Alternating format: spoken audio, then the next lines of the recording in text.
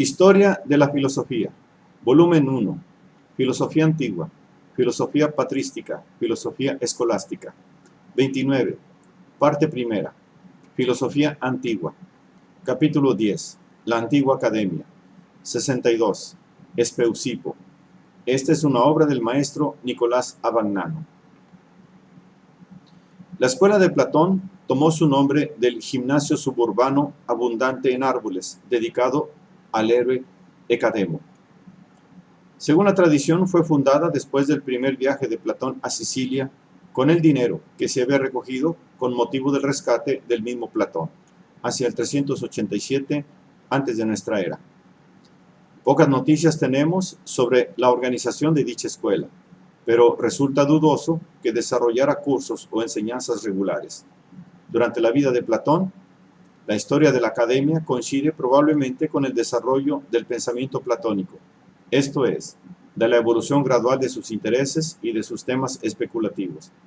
Pero la vida de la academia continuó durante muchos siglos después de la muerte de Platón.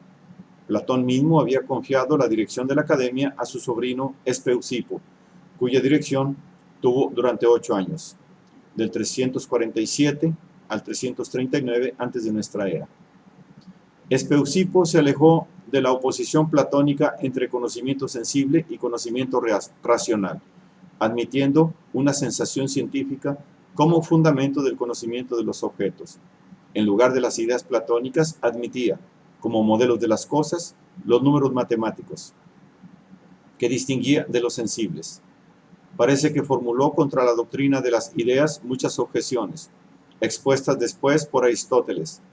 Rechazaba la consideración del bien como principio del proceso cósmico, aduciendo que los seres individuales, animales y vegetales manifiestan en su existencia una tendencia a pasar de lo imperfecto a lo perfecto, y por esto el bien se encuentra al final y no al principio del devenir.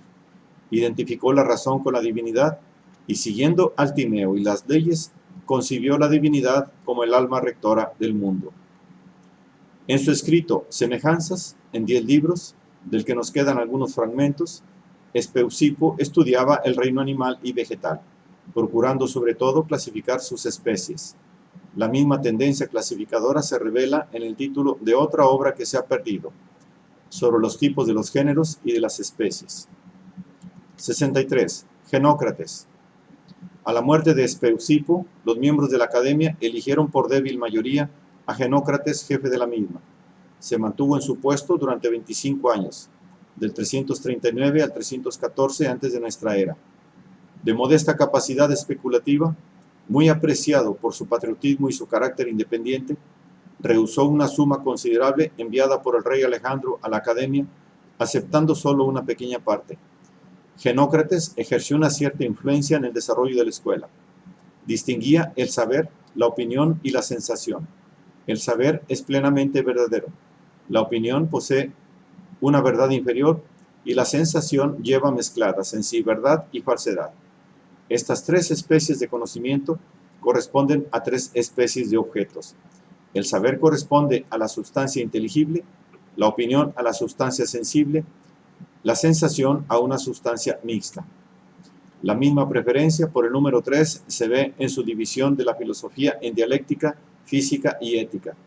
Con Genócrates se acentúa la tendencia al pitagorismo que ya caracterizaba la última especulación de Platón y la de Espeusipo, pero interpretó en sentido antropomórfico la teoría de los números como principios de las cosas, diciendo que la unidad es la divinidad primordial masculina, la dualidad la divinidad primordial femenina. Deificó además a los elementos e imaginó unos cuantos demonios como intermediarios entre la divinidad y los hombres.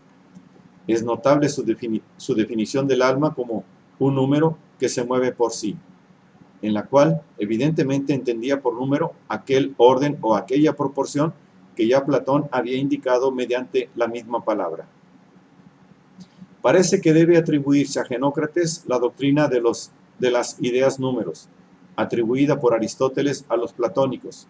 Según tal doctrina, el número constituía esencia del mundo. Se distinguían los números ideales de los que sirven para el cálculo. Los números ideales, considerados como los elementos primordiales de las cosas, eran 10. De estos, la unidad y la dualidad eran, respectivamente, los principios de la divisibilidad y de la indivisibilidad, de cuya unión salía el número propiamente dicho. Al paralelismo pitagórico entre conceptos aritméticos y conceptos geométricos se añadía un paralelismo semejante en el dominio del conocimiento.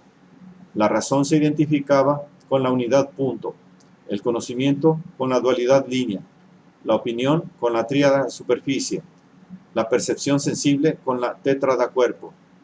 No es fácil precisar la significación de estas y semejantes analogías que Aristóteles expone y discute en distintos puntos de la metafísica. En ética, Genócrates seguía a Platón. Puso la felicidad en la posesión de la virtud y de los medios para conseguirla. De él se cita un dicho de espíritu cristiano: el simple deseo equivale ya al cumplimiento de la mala acción. 64.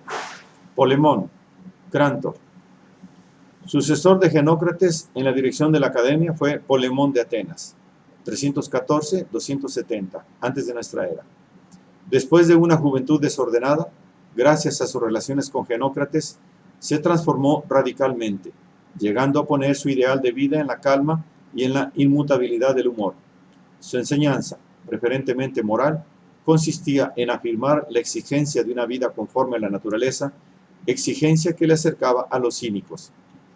Un discípulo suyo, Crantor, conocido sobre todo como intérprete del Timeo, inicia la serie de los comentadores de Platón. Crantor fundó un género literario que más tarde había de tener fortuna, el de las consolaciones, con su libro sobre el dolor.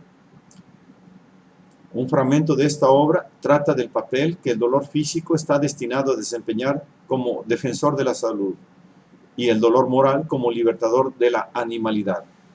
Según un testimonio debido a Sexto Empírico, imaginaba que los griegos, reunidos en una fiesta, vieron desfilar delante de ellos los diversos bienes que se disputaban el primer premio, y éste tocaba a la virtud, tras la cual venían la salud y la riqueza. Crates fue el sucesor de Polemón, de quien era muy amigo, en la dirección de la academia, 270 a 268 o 64. Le sucedió Arcesilao, pero con este la academia cambia de orientación y acaba, por tanto, la historia de la antigua academia. 65. Heráclides Póntico. Al grupo de los inmediatos discípulos de Platón pertenece Heráclides Póntico, que según una tradición sustituyó a Platón en la dirección de la escuela durante su último viaje a Sicilia. Después de la muerte de Espeusipo y la elección de Genócrates para la dirección de la escuela, a cuya dirección él había aspirado, fundó hacia el 339 antes de nuestra era una escuela en su patria, Heraclea, en el Ponto. No era ajeno a una cierta charlatanería y se dice que corrompió a la Pitia, a la cual sus conciudadanos se habían dirigido a causa del mal resultado de las cosechas, con el objeto de hacerse conferir por su calidad honores divinos. Pero mientras que los enviados anunciaban en el teatro el oráculo de la Pitia, según el cual la ciudad, para mejorar su situación, habían de ofrecer una corona de oro a Heráclides, éste murió de la emoción, en lo que se vio un juicio divino. Los diálogos de Heráclides estaban llenos de mitos y de fantasías maravillosas. En uno hacía bajar a la tierra un hombre de la luna, en otro, intitulado Sobre el Hades, narraba un viaje al infierno. Heráclides siguió, modificándola, la doctrina de Demócrito. En lugar de los átomos, puso los corpúsculos no ligados entre sí, esto es, cuerpos simples con los cuales la inteligencia divina habría construido el mundo. En astronomía, admitió el movimiento diurno de la Tierra y sostuvo que Mercurio y Venus giran alrededor del Sol.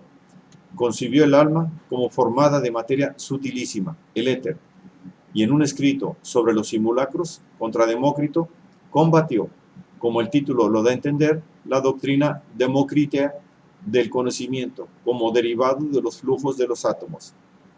66. Eudoxo, el Epinomis. A la escuela platónica pertenece también el famoso astrónomo Eudoxo de Cnido.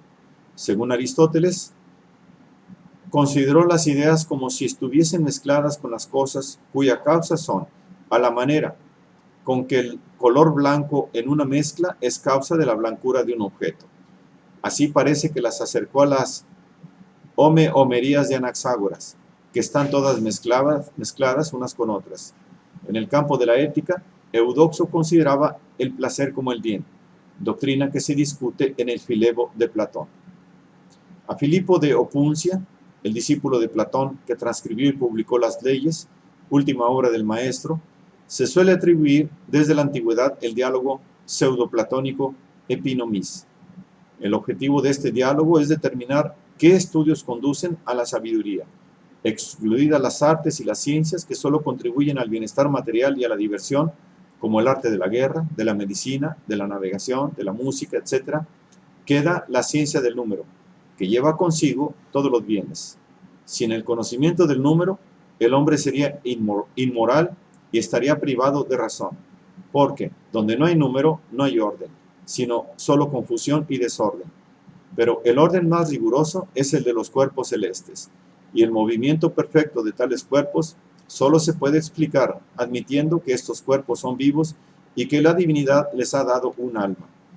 Ellos mismos son dioses o imágenes de dioses, y como tales se les debe adorar.